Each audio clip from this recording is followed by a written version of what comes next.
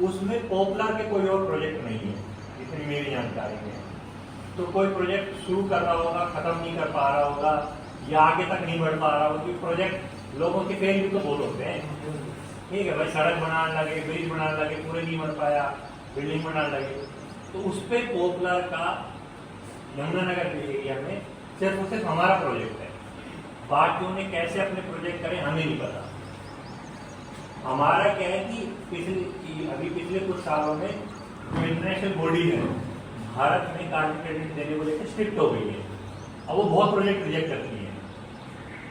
पिछले साल हमारा ही एक है, पिछले साल भारत से 4-5 प्रोजेक्ट ही अप्रूव हुए हैं कार्बन क्रेडिट, एक उनमें हमारा है।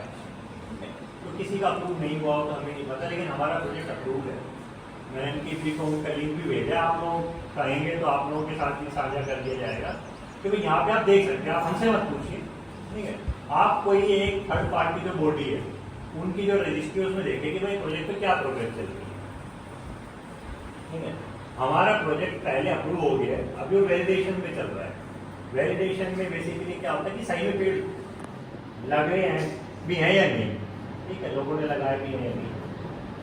तो उसमें अभी हम लोग वैलिडेटर हमने लगाए हुए, जैसे सीए होता है, सीए क्या किसकी ऑडिटिंग करता है कि आपके अकाउंट्स की, कंपनी के अकाउंट्स की। इसी तरह इनके अपने ऑडिटर होते हैं जो कार्बन अकाउंटिंग करते हैं, जो कितनी कार्बन डाइऑक्साइड कितने छोड़ती है, खींची है, वो हमने अभी अपॉइंट कर रखा है, ठीक है। अगले 1-2 महीने में कोशिश करेंगे, 1 महीने के अंदर ही आपके गाँव में हम ऑडिटर को लेकर आएंगे, क्योंकि पेड़ों को गिनेंगे, पेड़ों की 4 फीट ऊपर से कितनी गोलाई है ये नाप देंगे, क्योंकि गोलाई से ही हम लोग, हमारे पास साइंस की कुछ कैलकुलेशन है कि 4-4.25 फीट के आसपास कितनी गोलाई है, उससे हम निकाल पाते हैं कि कितना कार्बन इसने खींचा है।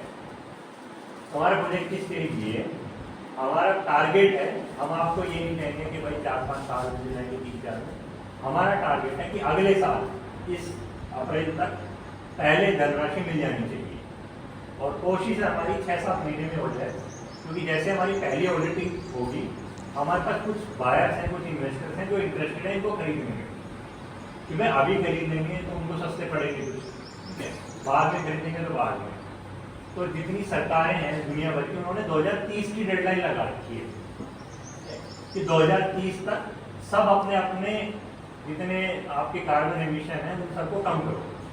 तो सिर्फ 2030 तक की डेडलाइन लगी है, तो इन कार्बन क्रेडिट की डिमांड अगले 5-6 सालों में बढ़ ही रही है। इसके रेट भी बढ़ने शुरू हो गए थोड़े, ठीक है, 2-4% के आसपास वो भी बढ़ रहे हैं।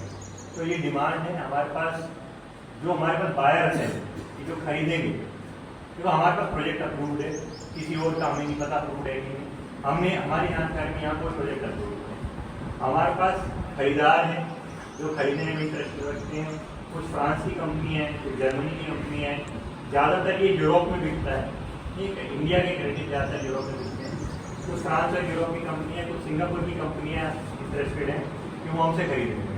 तो खरीदार हैं हमारे पास, और अगले साल तक हम आपको दे देंगे। प्लस इसमें इन्वेस्टमेंट जितना होता है, कार्बन क्रेडिट सिर्फ पेड़ों की फोटो खींचने से नहीं मिल जाता, हम लोगों को सैटेलाइट